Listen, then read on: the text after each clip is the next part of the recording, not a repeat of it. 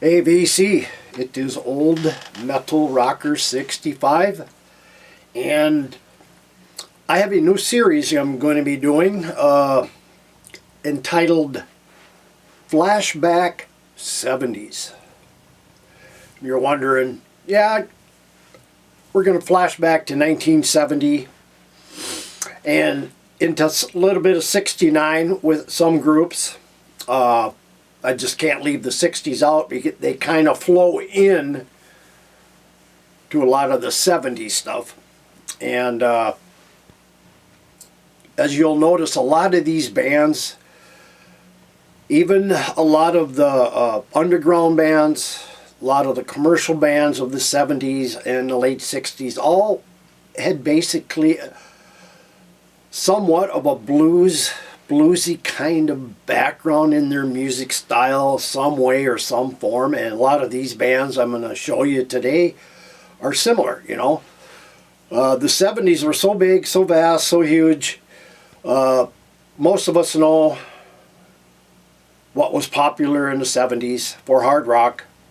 And this is basically all I'm going to show is hard rock, 70s metal, possibly borderline 69, early 70 metal, which I do have. Black Sabbath, of course. But I will do episodes with some popular bands from the 70s that I grew up with, and I do have on my collection, and I'm going to focus on a lot of bands that probably never even heard of. A lot of these I have not heard of. When I went searching back into the 70s, myself being a product of the 70s, you know, the 70s to me was where the music was at. Don't get me wrong, I love the 80s. I love the 2000s, you know. 90s were so-so. But, you know, but anyway, I progressed out of the 70s, so I am going to kind of predominantly start out with more of the obscure, or I wouldn't really, probably obscure, more of the bands that probably a lot of us never heard, due to being in the early 70s, late 60s, wherever you grew up in the country or overseas, wherever you're at. We didn't get the exposure like we have nowadays with the internet. You know, you got Bandcamp, you got YouTube, you got Facebook. I mean, you got hundreds of different sites where you can go and check out music. Back in them days, you did not have that. You either had to go to the store and buy it, and hopefully they might put it on for you if you're interested, or you heard it on the radio stations, whether it be hard rock stations, you know, whatever your choice of music was. And but that was the only source, so it was limited, you know. I basically heard what was around my area. I did happen to listen to a radio station down in, myself being up here in northern Minnesota, well, not real northern Minnesota, but west central Minnesota on the North Dakota border. We always listened to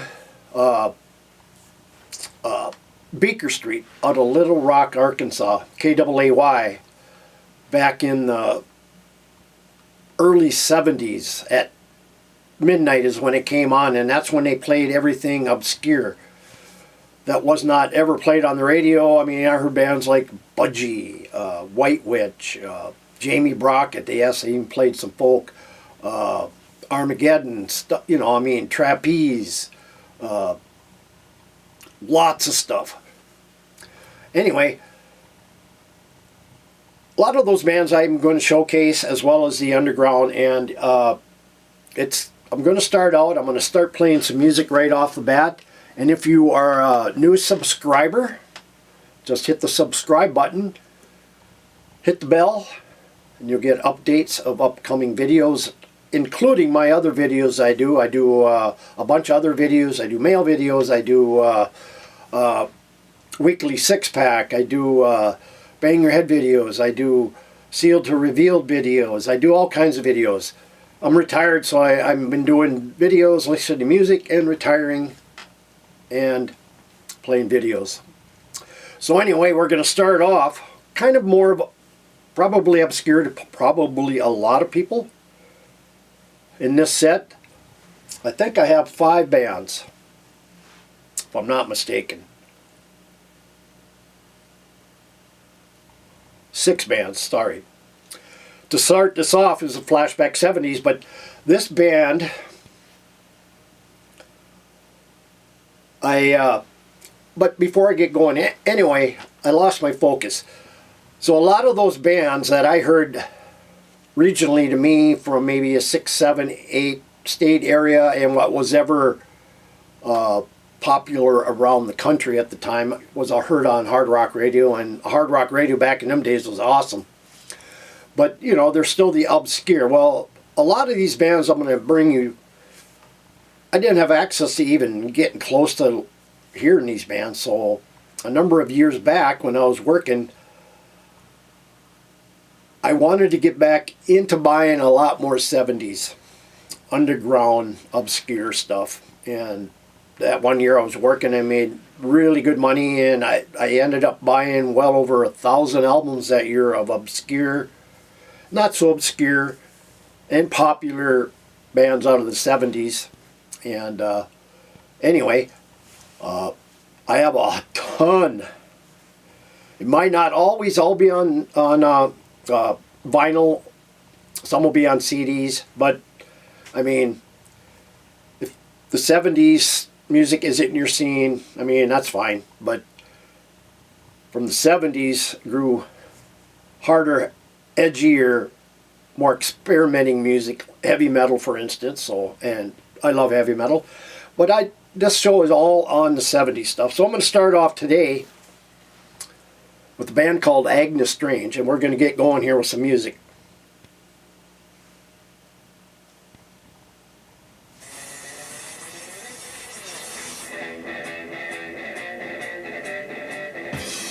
This is Agnes Strange, and this is the album it comes off of, but this is a reissue.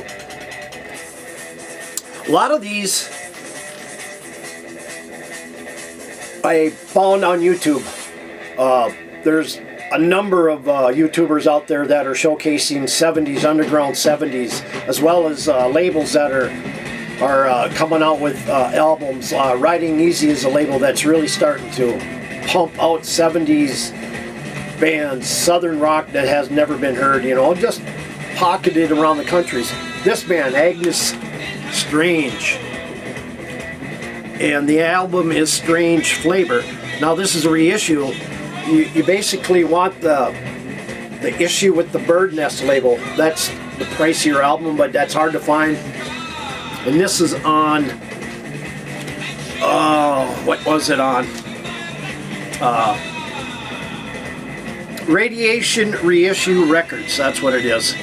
Now Agnes Strange, this was originally released in '75 on the Bird's Nest label. The soul album, Boogie Stompers, hard rockers, maybe a little bluesy. Strange Flavor is an obscure hard rock gem we needed to rediscover indeed. Formed in Southampton in the 70s, mid-70s, they were a 4-piece. 1, 2, 3, 3-piece. And this is the only album they came out with.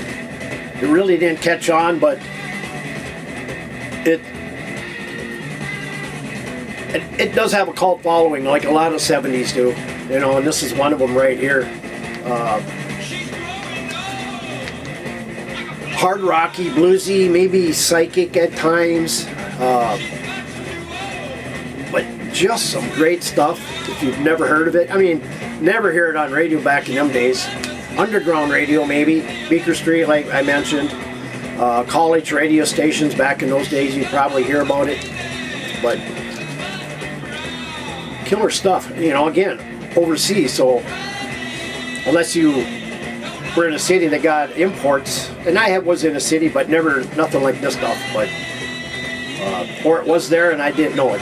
But good stuff here. Agnes Strange, number 1. Number 2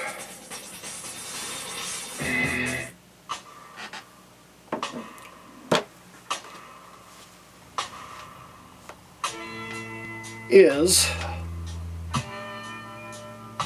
a band. When did this come out? I think this is actually a release from '69, but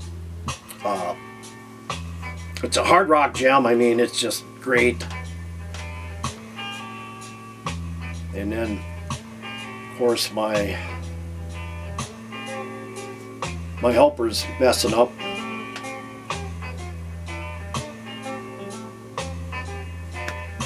Get her back. So anyway, get back to it. Again, more. These guys have a bluesy bass background as well. You know, like I said, a lot of '70s bands came out of the '60s into the '70s. A lot of those bands are influenced by that. You know, especially blues artists. You know, they incorporate that style in some of their music here.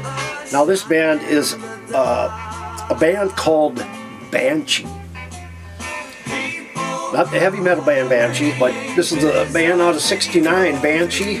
This is kind of a very underground album here, Banshee.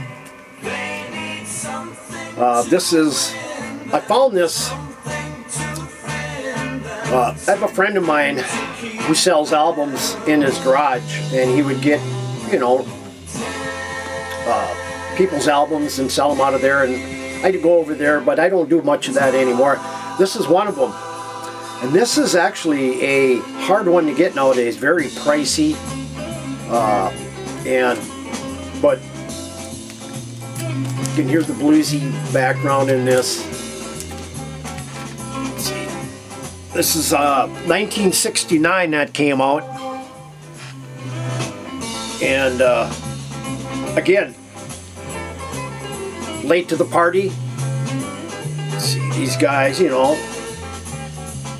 What you're hearing is The Night Is Calling, and it's a middle-paced, psychedelic, tin folk rock piece, high-pitched harmonies, you know. If you like Buffalo Springfield, Crosby, Stills, and Nash, you know, they get hints of jazz in this at times, but killer album. Again, original copies are very pricey nowadays, and that isn't an original copy from Banshee. I think I bought this maybe 15 years ago from that friend of mine. I think I paid $40 for this, which is a deal then, and they're up there in price, but killer stuff. All right, that was number 3. Now this band here, some of you will know this song. It's played on popular radio, but these next bands are all Minnesota bands. And I wanted to start out episode 1 with some Minnesota rock from the 70s, 60s, 70s, you know. And this is, you'll know this.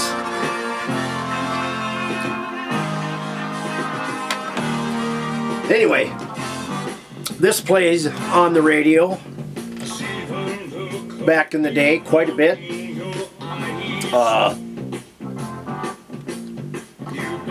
Decent copies of this album are virtually hard to find. This is the best one I found in a used shop, and the band is Crow out of Minneapolis, St. Paul. These guys, they have a few albums out, and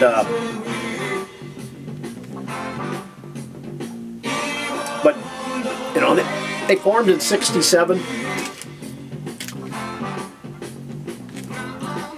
I mean, this is a heavy hard rocker. I mean, for its time, you know, I mean, back in them days, but there's so much better music on this than just this one here. Okay, let's see if we can. We'll go to this one here now. Off the same album. This is called Sleepy Woman. Crow music. And then of course we have Crow by Crow. I mean, just so good. I mean, this stuff is just, I mean, yeah, I know it's not everybody's cup of tea, but man, there were some great bands back in them days, undiscovered bands. Great stuff. You know, Evil Woman was the biggest single that they put out.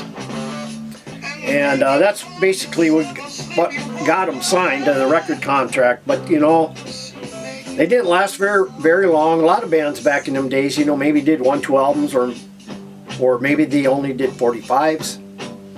And, well, they disbanded in '72. And they do have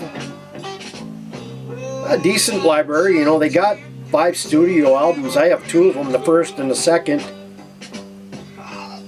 And they have some compilation albums, but you know, a lot of singles. Good band if you're into Crow. Bluesy hard rock. Canned Heat-ish maybe. But again, to a lot of the young people out there who are going to, I mean, yeah, I know it's not your cup of tea for a lot of younger people, but I do see a lot more younger people focusing or going into the 70s. And a lot of good stuff, man. Crow. Up next, another band out of Minnesota. And these guys are one album and done, basically. They're out of out of southern Minnesota, right on close to the Iowa border, and these guys only put out one album, and very rare to even find that album, and even in the wild, I've never seen anybody ever show it. I recently just bought another album from these guys, and I thought, you know, at the time, that year I was buying 1,000 or up to 1,000 albums. I did buy one, but it was crazy. I went and looked at it, and I was going to send it to a friend, but I decided I had to keep this one because there are 2 different pressings, and the band is called Highway, out of southern Minnesota. And this is the album that I bought when it first came out, which was, I think, first released in '72. Obscure Minnesota-based power trio Highway emerged from Epicurean's ass from the ashes of the Pacers and the Corsairs. If you're familiar with those, down being from Minnesota. They spent a lot of time back and forth in Iowa and Minnesota, and they finally, well, they're actually from Ceylon, Minnesota. I've never been down in that part of the country, but privately pressed 500 copies of this exist. Not this particular one, but the original. This is, I think, the first repressing, and this is on Alternative Fox label. And I went over to eBay to look for this listing, and there was maybe one listing, and I don't think it was even for sale, but hard to find this particular pressing. And then the one that Riding Easy had, I mean, same covers, same backs, but different labels. This one is Ultima Songs Records, but Riding Easy was distributing it. And I think you can still get this over there, but I don't think you could find that pressing, the Alternative Fox pressing. Killer stuff. Another Minnesota band.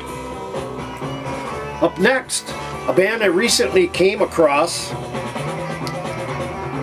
watching one of the YouTube videos from a YouTuber called Psych Derek, and he predominantly buys only 60s, 70s, hard rock, psych, blues, anything obscure, hard to find. Anyway, he showed this band here, and these guys are out of Minneapolis as well. And when he showed it, and he described it, and he played one track, and I loved what I heard. This one came out in '69 as well, so there's two of them there from Minneapolis.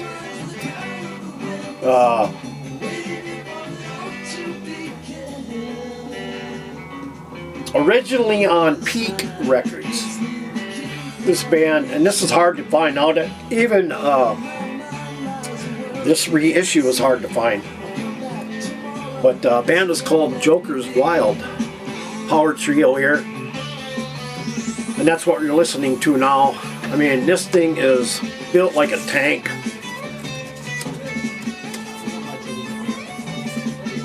Black vinyl. Let's see, what label is it?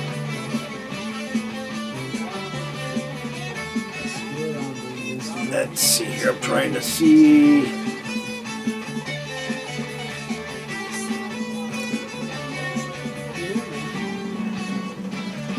I think it's Shadow's Music 159, but this is I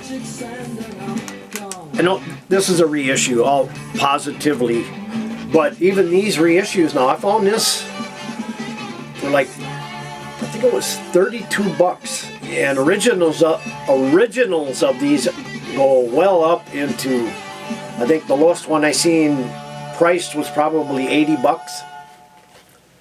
I mean, they get kind of, the guitars do come out in this later on through the album, but I mean, again, more of a power pop trio. But I mean, for being a trio, they're talented, and I believe this is the only one they ever put out. And yeah, they came out in '65 and they were disbanded in '69. So this is kind of another one of those underground cults following albums you'd want to get. But the first version of the band were the Yardbarks. You know, they broke up and formed Joker's Wild in Detroit, and then they moved to Minnesota. I think members were from Minnesota, but some of them were in Detroit, and they moved back, and then they formed Joker's Wild. And again, it's different. Again, not for everybody, but I you know, I love music. I love this style.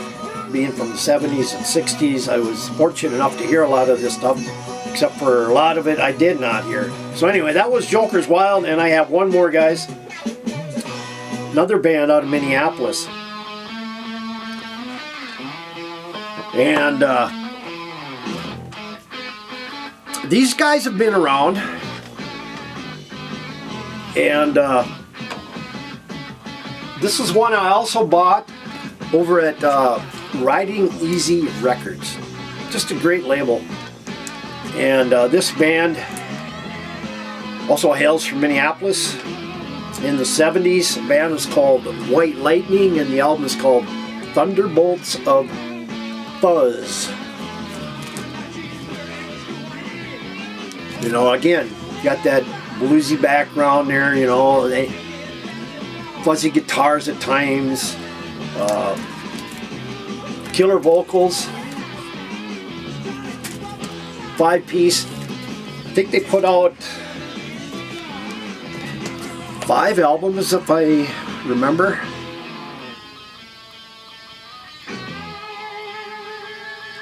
Yeah, they were around from 68 to 71. And yeah, they got, well, they reformed back in 90s too. But they do have 3 albums they released. But this one here I don't see in their discography. The ones they had were a Paupers and Poets, Lightning, which probably might have been that one, and Zachariah, the original soundtrack. And they did 3 albums in the 90s, 95, 2 albums. The Lost Studio album might have been, could have been that one, I'm not sure. There it is. But, and then they had White Lightning Strikes Twice. But again, just some killer hard rock. I know a few friends of mine on Facebook here and on YouTube will love this stuff. And we'll hear one last track here, and then episode 1 will be done.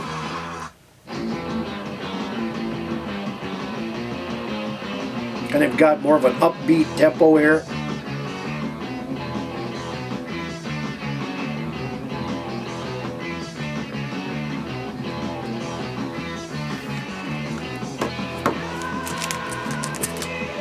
White Lightning, Thunderbolts of Fuzz. Again, guys, if you're new to my channel, hit the subscribe button, leave a